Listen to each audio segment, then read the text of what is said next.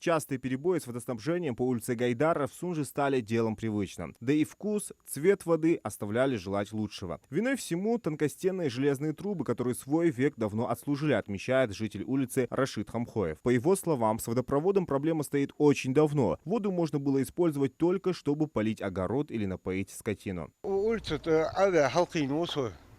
63 года дянца. Всю жизнь не проблемы жаловались. Вот сколько я не ходил.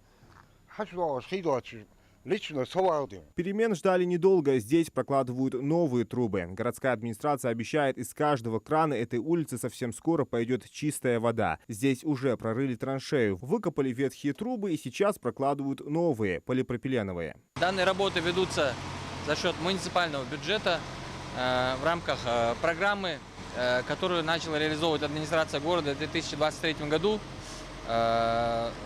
Программа по замене ветхих водопроводных сетей города Сунжи. Новый трубопровод способен выдерживать давление до 10 атмосфер и прослужит как минимум 60 лет. Жители улицы таким переменам только рады. Даже рабочая атмосфера с громким шумом этим людям не мешает.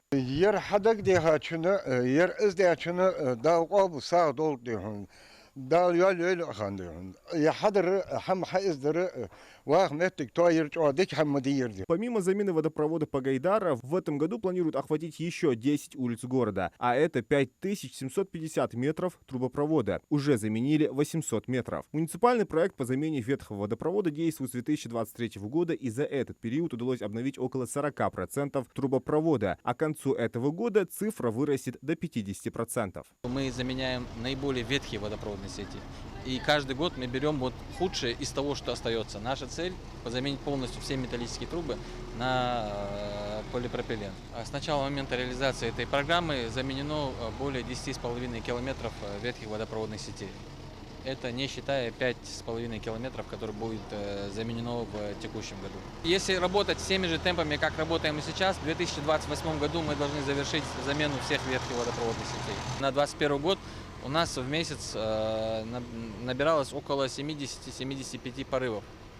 Вот. Благодаря этой программе, которая у нас реализуется уже третий год в этом году, нам удалось свести в среднем до 15 порывов в месяц. Помимо замены водопровода, город Сунжа увеличил и дебит воды благодаря новой скважине. В прошлом году дефицит ощущали 20% горожан. Особенно сложно было жителям последних этажей многоквартирного дома по улице Менделеева. Теперь воды достаточно, но иногда встают проблемы с ее подачей. Единственное, у нас остаются серьезные проблемы с качеством электроэнергетики. При отключении электричества отключается подача электроэнергии на насосной станции. Насосные станции выходят из строя и наблюдаются перебои. А для того, чтобы заполнить в жаркий период опустевшие водопроводные трубы, для этого нужно много времени. И поэтому наблюдается нехватка воды на верхних этажах поселка Менделеева и некоторых улицах отдаленных.